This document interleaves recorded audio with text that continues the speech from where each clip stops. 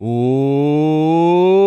up, everybody, and welcome to the Personal Finance Podcast. I'm your host, Andrew, founder of MasterMoney.co, and today on the Personal Finance Podcast, we're going to be talking about how to pass on generational wealth. We are continuing on the ultimate guide to generational wealth. If you guys have any questions, make sure to hit us up on Instagram or Twitter at MasterMoneyCo, and follow us on Spotify, Apple Podcasts, or whatever podcast player you love listening to this podcast to. And if you want to help out the show, leave a 5-star rating and review on Apple Podcasts. Cannot thank you guys enough for leaving those 5-star ratings and reviews. And also, if you are looking for more content, we have the Master Money YouTube channel where we are releasing 2 videos every single week now. And really excited about some of these videos we have coming out. One of them we just had was the 13 Roth IRA mistakes to avoid. These are really important mistakes that you have to avoid if you have a Roth IRA.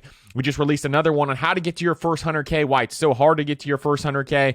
And we have a bunch of other videos planned that are coming out as well. So make sure that you check out the Master Money YouTube channel. Now, in part 1, we talked about how to build generational wealth, and we went through so much information. It was one of the longest solo episodes we've ever had here on the Personal Finance Podcast. And in part 2, we're going to the next phase on how to pass on generational wealth, and I'm going to give you a bunch of things to think about. We're not going to go through every single step on how to pass on generational wealth because a lot of this is very specific to your current situation.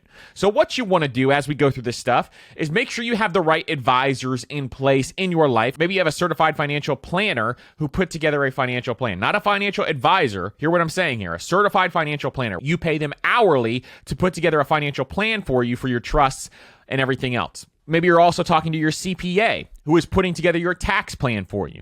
Maybe you also have an attorney in place who's going to put together some of this estate plan stuff for you. We'll talk through how to pass on generational wealth. There's going to be some actionable steps that you can take here. But in addition, I want you to talk to your advisors about your personal situation. This is very, very important because passing it on and doing it the right way is going to save you a lot of money in taxes. It's going to save you a lot of money where you can actually preserve a lot of your wealth if you do it the right way. So I want you to make sure that you are talking to your network, networking with some of these people, and having this plan created so that all you have to do is just set it up and you're done, and you can review it every year, and we'll talk about that here soon. So that is your very first step as you get ready to start to pass down generational wealth. Now, if you're ready to get into some of the actionable steps, let's get into it. All right, so the first thing we are going to do is we're going to talk about creating a solid estate plan. Now, when you put together an estate plan, I'm going to go through some of these documents that you should have inside of your estate plan, and then maybe some other options that you have available to you. And then once you want to build this out, then you want to talk to your advisors. But I want to make sure that you recognize what each of these documents are that you want to have in place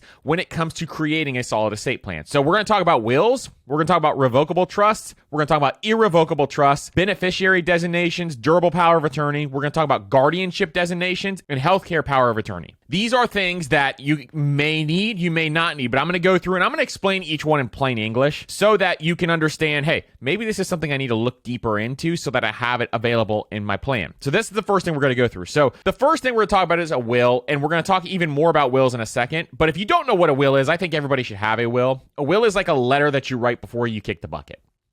A will is like a letter that you write before you pass away. Now, the problem is a lot of people wait to write a will later in life. I think that any person who lives on their own should have a will if they have possessions that they want to go to a certain place. Why? Because wills, A, are free to write, or B, if you want to have a rock solid will, there are places where you can write a rock solid will for really cheap, and we'll talk about that. So even if you have a car, if you have money, if you have pets, all of these different things, you need to have a will in place. So that is step 1, is to making sure you have a will. We're going to dive deeper into wills in a second.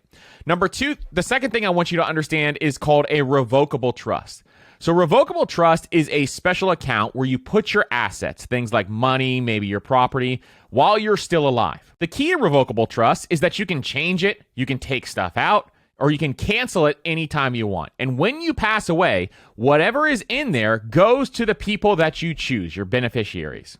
And this allows you to get your stuff, the stuff you want to pass down, to the people you want it to go to without having to go through probate. Now, the probate process is going through the courts. It's a very annoying process for your beneficiaries. So this allows you to do that without having to go through this process. Now, this may be for someone who has $1 million net worth or more. If you have less than $1 million net worth, a will probably suffice for what you need. But if you have a greater than $1 million net worth, then a trust is a great option for you. Now, there's also something called an irrevocable trust. An irrevocable trust, in plain English, is just like a revocable trust, but you can't change it once you set it up. A revocable trust has a lot more flexibility, which is why I like revocable trusts more. An irrevocable trust has less flexibility. It's a done deal. People who use these when they want to save on taxes to protect certain assets from certain situations like lawsuits and creditors.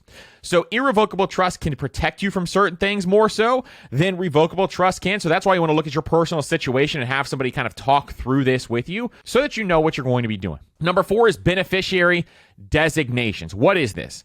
So what you want to do is you want to designate your beneficiaries in things like your bank account, maybe things like your brokerage account, things like life insurance policies. This is the easiest ways to get to the things that you want to hand down to the right people. Next, we have durable power of attorney. So a durable power of attorney is something where, imagine you're in a coma and you can't make a decision yourself. The durable power of attorney is like a document where you can pick someone to handle your financial and your legal matters for you. They can pay your bills, they can manage your money, and do other important things on your behalf. So you need to know, who do you trust who can actually be your durable power of attorney. This is a great thing to have in place so that everything that you have in life can still be handled, especially as you start to build a ton of wealth. You want to have this durable power of attorney in place. Now, guardianship designations. If you have kids and something happens to you, you want to have that taken care of. And so a guardianship designation is going to let you pick someone you trust to raise your kids. This can go inside of your will and your trust. This can be in place for you. And then healthcare power of attorney is, if something happens to you health-wise, maybe you're in a coma, this allows a certain person that you designate to make healthcare decisions on your behalf.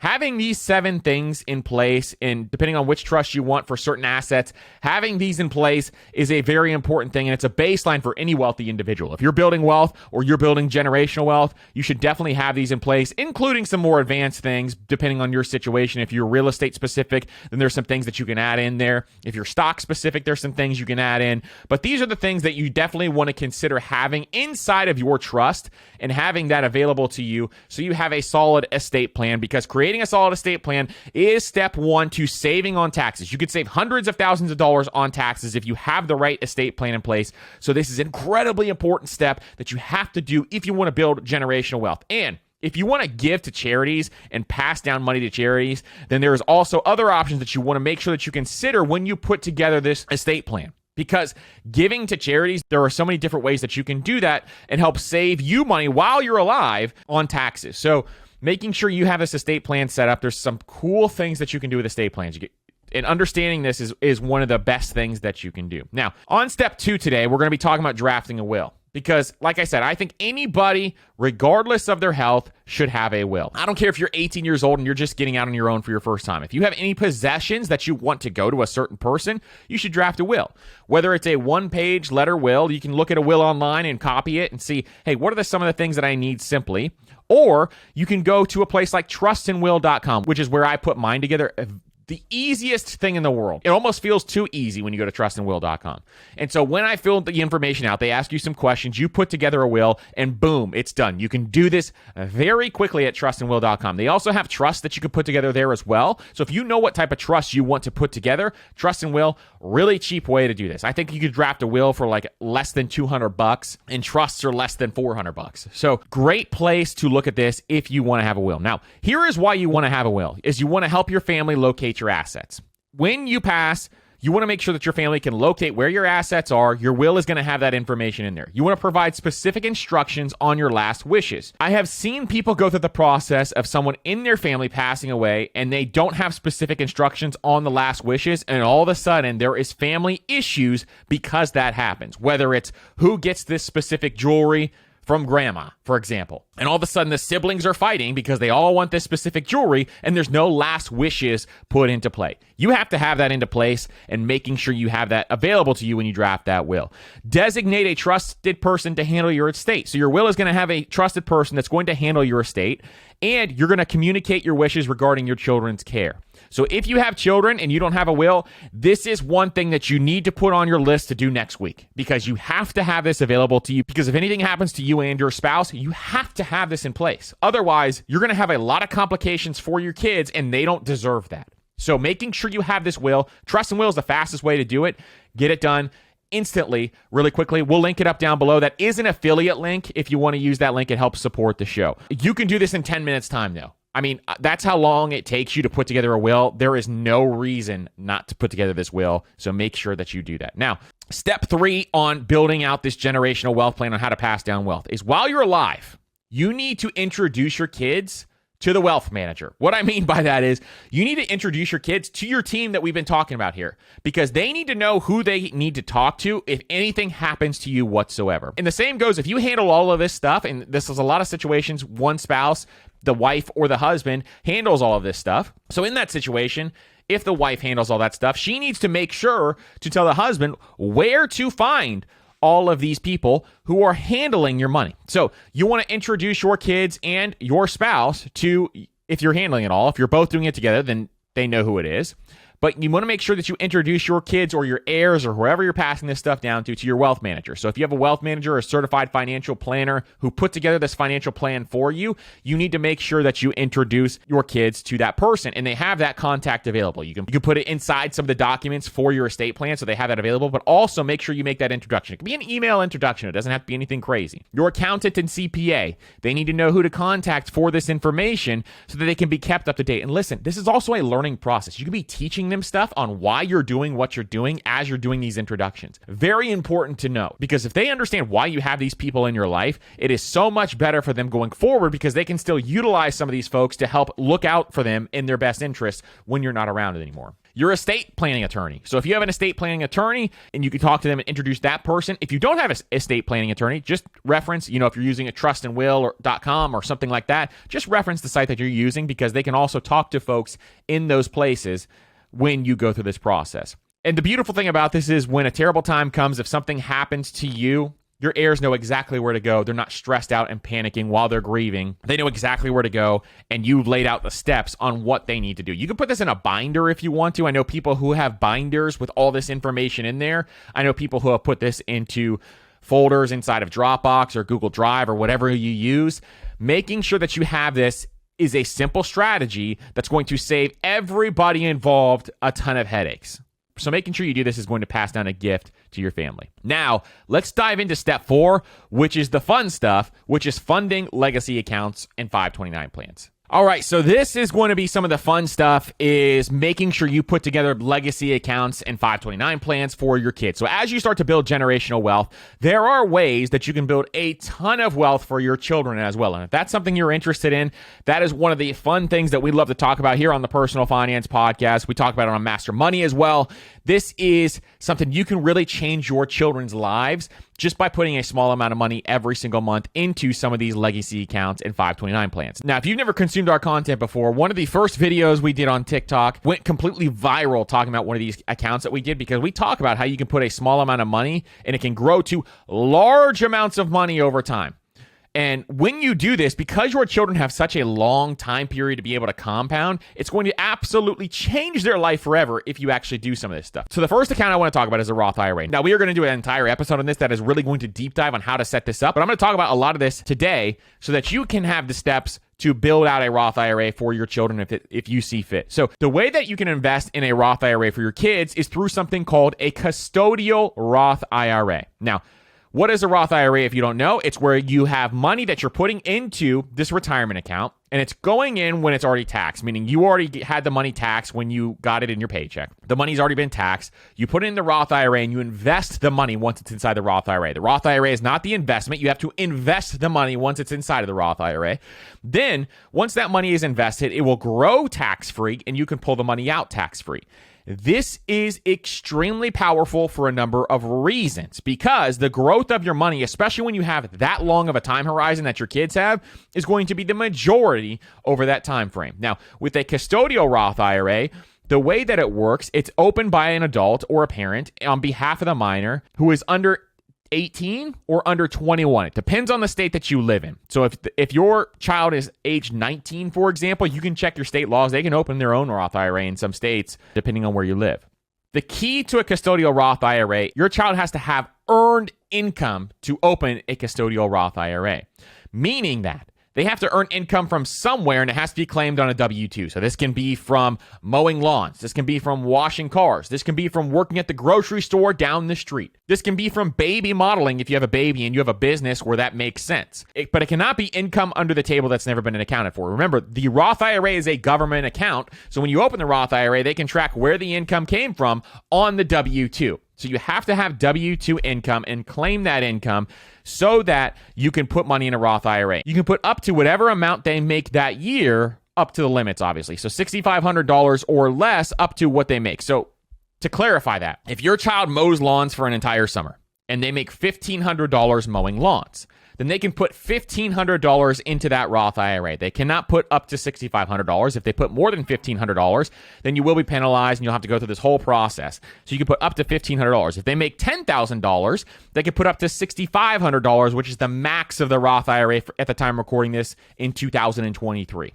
So what you need to understand here is it doesn't have to be the money they made. You could put it in for them, but it just has to be up to that amount that they made, the amount that they earn. Now, if you have a business, you can pay your kids where it makes sense inside of that business so that you can max out these Roth IRAs for them if that's of interest to you. So the cool thing about this is as they get to that point where they get to the $6,500 every single year, I mean, they have so much time for this to compound and it's tax-free money that they will be multi-millionaires by the time they retire if you're funding this account. And when we get to the taxable brokerage in the second one, you're going to see how powerful this can be if you start to fund money inside of a Roth IRA. Now, what about control here? How do you control this IRA? Well, the adult custodian manages the account until the minor reaches the age of majority, meaning that at that point, it is transferred to the young adult. So once they reach age 18 or 21, depending on your state, then it's transferred to your child and they have that Roth IRA available to you. Now, if you're worried about that transfer, meaning that you want to control the account for as long as possible because you want that wealth to be preserved, and you don't want a 19 or a 21-year-old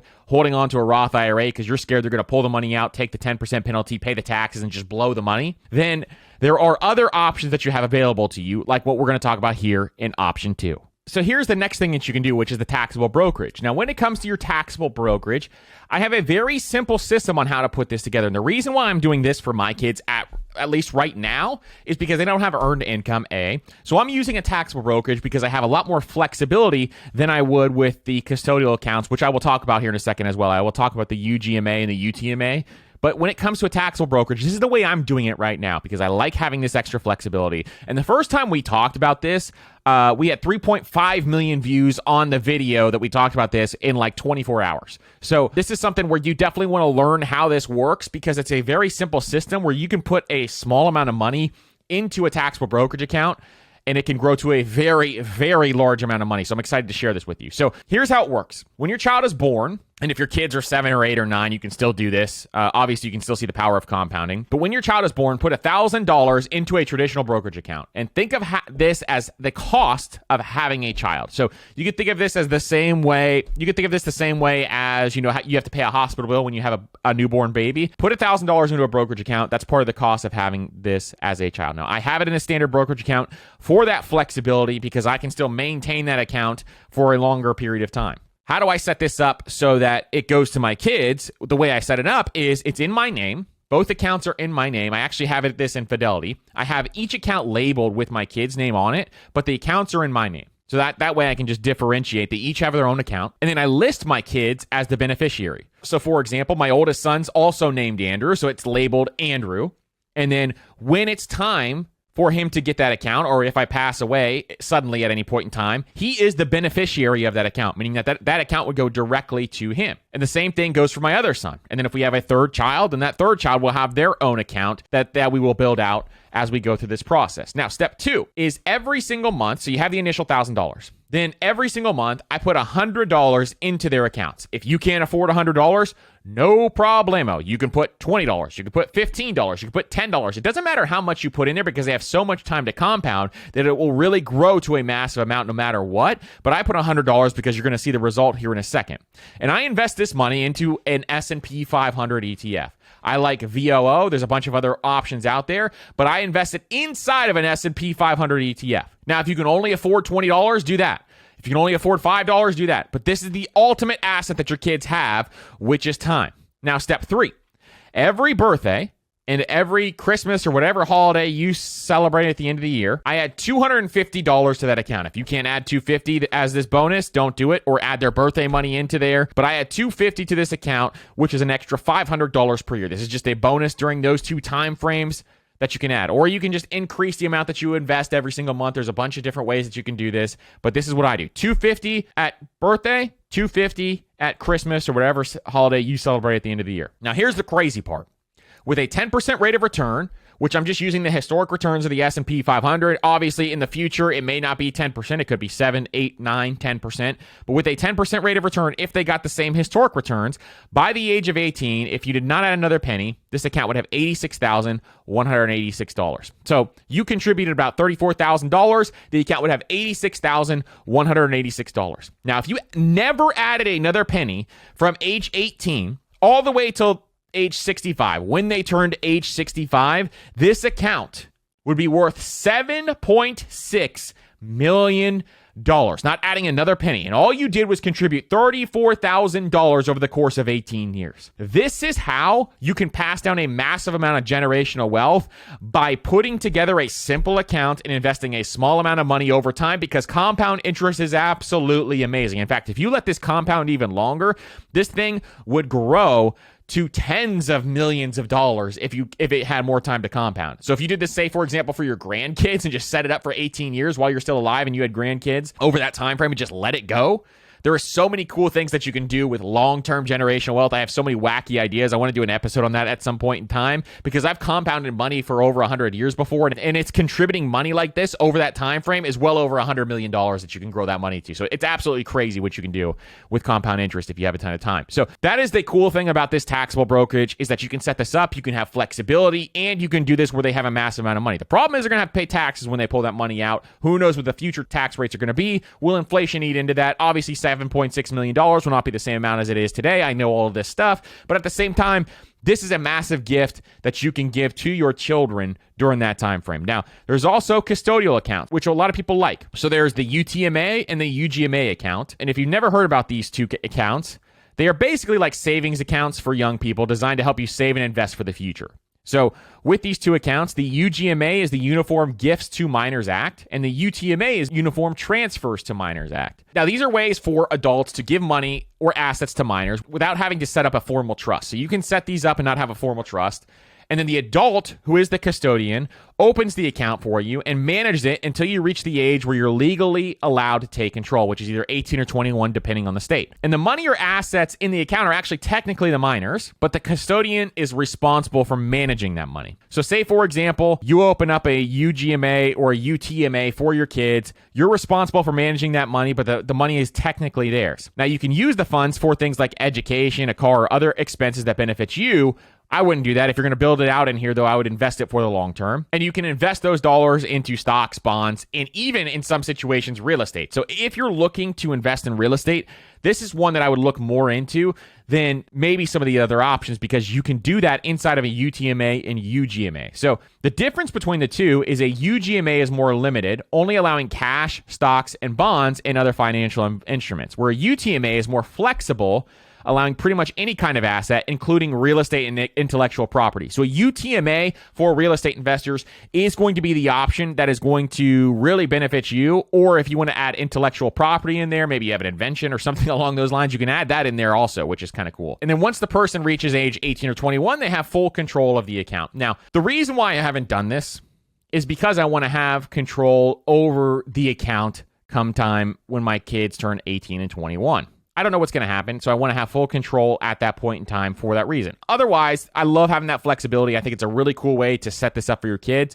having a UGMA or a UTMA. So if you like those options, if you think there's some pros to that for your personal situation, then you can look at those also. Then we have 529 plans. So this is for education savings. If you're not saving for your kids' college, this is an option that you can look at. My preferred way is a flexible 529 plan. So with the 529 plan, we have an entire episode on this that you can check out on how to save for college the smart way is what the episode is called. We'll link it up down below. But inside of a 529 plan, this is a tax advantage college savings plan. So you can set the account up for yourself or your child. You can set it up for your niece or nephew. You can set it up for your grandkids. Anybody can set this up. And investing for your child's education is one of the best things that you can do. So you can take this money, put it inside of the account, and then you're investing those dollars so that it grows faster, so it's not just like a glorified savings account. Now, the cool thing about a 529 plan is, what if your kids don't go to college? That's the number one question that I always get when we go through this. Now, if you listen to the previous episode, I break down the math on how it's still more beneficial for you to have the 529 plan, even if your kids don't go to college, because there's a number of things you can do with it, but also the math and the breakdown of you investing those dollars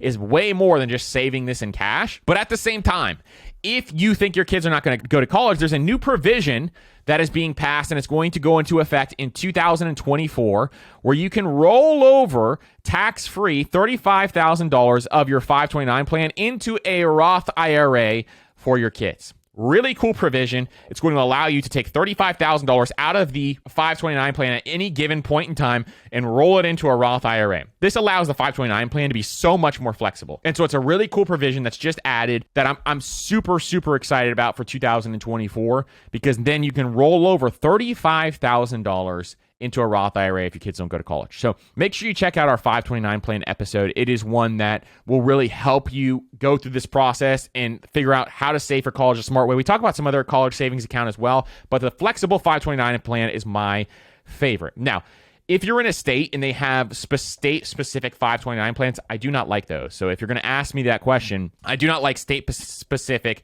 529 plans. For example, where I live in Florida, we have something called the Florida prepaid plan. I hate the Florida prepaid plan because it's not flexible. You can't really invest the dollars in the things that you want to. There's not a lot of things that you can do with it. Whereas opening a flexible 529 plan in something like Fidelity or Vanguard is a great place because you can buy great investments. You can grow that the way you want to grow it. And in addition, it has flexibility where you can do all of these things that we are talking about here today. All right, so the next step, or step 5, is to name beneficiaries on your account. So this is incredibly important. One of the best ways to put together an estate plan when it comes to your investment accounts. I mean, most people miss out on doing this, and I cannot get why, because it takes you 2 seconds to do this. So here's exactly how this works. You're going to go into your investment accounts, and you are going to designate who your beneficiary is going to be. You're going to fill out the information that your specific account is going to ask for, tell them who the beneficiary is, and that's it. All you have to do is, it literally takes you 5 seconds, and you have the person that this account would go to if anything should happen to you. So here's an easy way that you should go through this. First, look at your IRAs. So if you have a Roth IRA or a traditional IRA, go into those IRAs and just Google how to designate a beneficiary at X brokerage. So if you have it at Vanguard, how to designate a beneficiary at Vanguard, or how to designate a beneficiary at Fidelity. And it'll show you exactly how to do it for each of your accounts. You absolutely have to do this if you have accounts. And you should do this anytime you open a brand new account. Make sure you just designate the beneficiary right away. If you don't know who it should be, just put it as your spouse, or if you're not married, put it as your parents or your siblings or whoever else you want this to go to if anything happens to you. Then go into your 401k. Make sure your 401k has beneficiaries. A lot of people, their largest account is their 401k.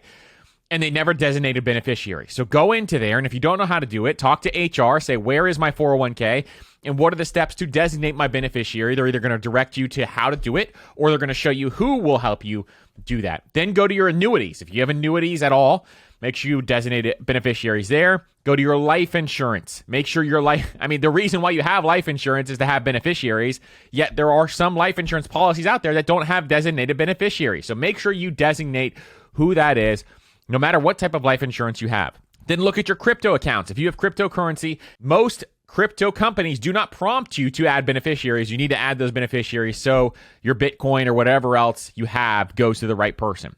Your checking and savings accounts, believe it or not, need beneficiaries. So make sure you put that inside of your checking and savings account. Just Google your bank's name, how to assign beneficiaries. Real estate partnerships. So in real estate partnerships, you got to figure out who the beneficiary is going to be in your family. Say you own a property with somebody else 50-50. Does it go to your spouse? Does it go to your kids? Is the agreement that it goes back to your business partner if anything happens? You don't know you got to figure out what that agreement is. Have designated beneficiaries for that. And take the time to review all other assets that you have, whether it's business assets, because otherwise, if you have a partner and you don't have a beneficiary there, it could very well go to your partner without it going to your family members, which is what your original intention was. So making sure that those beneficiaries in place, very, very important. And also, if you have something like a business, make sure you leave instructions on what you want done with that business. So say, for example, you have a business in place that can be sold, then go through the process of saying, here's the steps that you should take to sell this business, and then take that lump sum and do what you want with it. Use it to fund your lifestyle and help with X amount of things. And you can even list the people who are interested. If people have reached out to you and said, I'm interested in buying this business, then make sure you list those contacts inside of that document as well, because you want to have that available for your beneficiaries so that they can reap the rewards of your business that you work so hard to build out. So having that available is definitely one of the main things that you want to do. Now, a pro tip is, in most cases, you can name a primary and a contingent beneficiary. So say, for example, you want the primary beneficiary to be your spouse, but you and your spouse go on a trip and both of you get involved in a plane crash, for example. Now, this is obviously a drastic result, and it's not something that's very likely, but if that happened and you both went down at the same time, then what could happen is you could have a contingent beneficiary, meaning that if it does not go to your spouse, your husband or your wife, then it can go to another person, your niece, nephew, children, whatever else you want that to go to.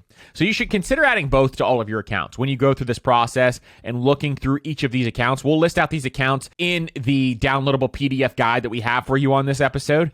And you can check that out in the show notes below. But we will list all these accounts and make sure you have this as a checklist so that when you go through this process, it'll be seamless for you. So making sure you have that contingent beneficiary is an awesome, awesome way for you to go through this. Now, number 6, after you set those beneficiaries, is I want you to set a time every single year, and you can put this in your year-end checklist. I think that's the best time to probably do this, and review your estate plan and beneficiaries annually. I want you to go through every year and make sure that this is going to the right person. If not much has changed that year, then you probably aren't going to change anything. So this is not something you have to really spend a lot of time on if nothing's changed.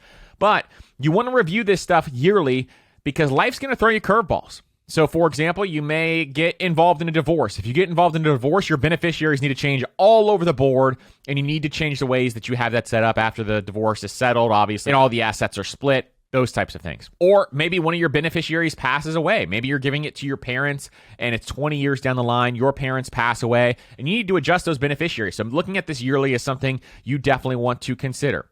Or you may have a falling out with a beneficiary. So say your beneficiary was supposed to be your niece or nephew grow up to be drug dealers, and you don't want them to be your beneficiary anymore. Then you got to consider giving this to someone else if that's your intention. And then any other life changes. You got to just consider, what life changes are going to happen to you along the way. Obviously, life is going to change. You're going to have to make changes to these over time for one reason or another. So just making sure you're reviewing this yearly.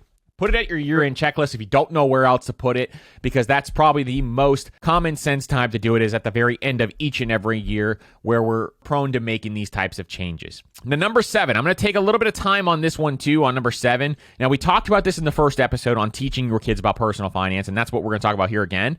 But this is a little deeper, because when it goes down to passing down your estate plan, what I'm going to talk about is this is for your older children typically, and when you're getting ready to pass some of this down, you want to make sure that you give them some very specific insights on why you set up things the way that you did. Because not communicating about this is definitely going to be detrimental to the relationship of your family when you pass away if you don't do this. Too many people I've seen pass away and their family starts to fight. Because there's assets involved, there's money involved, there's emotions involved, there is family heirlooms involved. There's so many different things involved in this process. And so you need to discuss this stuff up front, because these are your things that you need to put together. And here's what we're going to talk about here. So up front, when your kids are young, they're under your roof, you want to discuss all the basics of personal finance, which we talked about in episode 1. And you want to go through all those different things, teaching them about investing and saving and earning money and how to handle money and how to budget money and all those different things. As you get to the point where you are setting up some of these advanced estate plans, we're going to talk about some deeper stuff here. So number 1 is your values. So what I want you to do is put together and share your values that have guided you through your financial decisions with your teenage to adult children. like hard work, saving, investing, giving back. What are your values? Why are these your values? Because we like to spend our money here at the Personal Finance Podcast on things that bring us value, things that bring us joy. Why did you do what you did? So they understand exactly why this is all set up this way. And discuss how these values have shaped your life and why they are important to you. I'll give you this in a checklist so that you can go through this thought exercise and process yourself with your family. And encourage your kids to develop their own values and think about how they can apply some of these to their financial life. So their values are not going to be the same as yours. You got to realize that early on. But what you need to do is explain why your values are your values, and if theirs are different, encourage them to develop their own ideas when it comes to their values, but make sure that you have this in place so they can take maybe the best parts of yours, maybe the best parts of your spouse, maybe the best parts of other people that they read, and they can put all of those together. Now, number 2, there's a reason why I asked this question to all of our guests, and it's a very important question, and that is, what does wealth mean to you? Because I want people to go through this thought exercise as they start to develop a wealthy mindset. And what wealth means to you is all about explaining not just about money, but it's also about security, freedom, opportunity, provisions. This is what wealth can do for you, and you need to explain this to your adult children on why they need to handle this money with care. And if they grow this money, they can create this freedom, security, opportunity, and all these other benefits for their future generations as well. So talking through this is very, very important. What does wealth mean to you? And make sure you share your thoughts on the importance of balancing, material possessions and experiences, relationships, personal growth, all these different things. This is a great time to do that, is during this conversation. And encourage your kids to think about what wealth means to them as well, and what is really important to them, because determining your values and determining what wealth means to you is going to help you maintain that North Star for a much longer period of time. If you know your why, that's what we're developing here. If you know your why and you understand why you're doing what you are doing, it's going to change the way that you operate. If you don't understand it, your heirs could squander your wealth away. Now, number 3, the third thing to talk about is how you gained your wealth, because you can share your personal story, your successes, your failures, lessons along the way, but talk about this with your kids over time so they understand you worked really hard for this money, and the importance of education and hard work and what it took to actually get to building out this money. These are the lessons that you can teach your kids, and people are always worried, well, my kids won't work hard if I give them money or if they know money is coming. The lessons are there for you to teach on how hard it was to get this money and why they need to work hard as well. And then discuss the strategies that you use, like saving and investing, why you saved the way you did, why you invested the way you did, and your beliefs in that. If you're a full-on real estate investor where you believe that real estate investing is the only way to invest, talk about why and explain exactly why that is, and go through that process with them. Go through the entrepreneurial things that you did, if you did any entrepreneurial things or you owned a business, and talk about how you can apply these lessons to their financial journey. These conversations are so important because if you want to preserve that generational wealth for generations, these conversations need to be had. Number 4, financial planning and strategies for your heirs. So you're going to talk about some of these financial planning strategies as you already introduced them maybe to some people within your financial circle, like your CPA, like your CFP, like everybody else who is inside of your circle that is helping you along this journey, and teach your kids the basics of financial planning, like budgeting, saving, managing debt that we talked about in the first episode, but also discuss the importance, why you have these professional people in your circle and what they help you do. And this financial planning is going to be imperative. And then show them your investment plan or your financial plan. If you have that written out, show them that and show them why you have this plan put together. If you don't have one in place, or you're using something like the Stairway to Wealth, which is our plan that you can use in your financial life as well, then check out the Stairway to Wealth and you can go through that process. And then number 5, if you want your heirs to do certain things with your money, maybe give to certain charities, or you want them to do certain things with wealth, whether it's for education for their children, or you want them to use this in specific ways, maybe you want them to buy a house or whatever else you want them to do, make sure you have that conversation with them. Because a lot of people will pass away and they don't tell their heirs what they want them to do with their money, and sometimes your heirs kind of don't know what to do with it. So making sure that you kind of talk through some of this stuff and encourage them to be responsible, and why it's important to be responsible with an inheritance is another thing that you really need to talk to. And tell them you'll help them through having a plan in place when they receive this inheritance on ways to invest it, on ways to use this money, where they can build more wealth for the future if they are interested in that also. So you can put that plan together if you want to, if you're interested in, so that they can actually pass down that generational wealth. And I think it's very, very wise to put that plan together. So listen, this is part 2 of the ultimate guide to generational wealth on how you can help your family build generational wealth and how you can pass down generational wealth. I hope you guys enjoyed this 2-part series on the ultimate guide to generational wealth. There's obviously so much more we can dig into here, and we will make those into more episodes for you so that you can learn how to build generational wealth throughout the entirety of this podcast. So excited to share some of the future episodes that we have with you, because we have some heat coming, and really, really excited for that as well. If you guys have any questions, though, I'm always here. Make sure you ask on Instagram or on Twitter at Master Money Co. I cannot thank you guys enough for listening to this episode. And if you got value out of this episode, share it with your family members, share it with your friends, and help spread this message that we all can build this generational wealth. Thank you guys again so much for listening. We will see you on the next episode.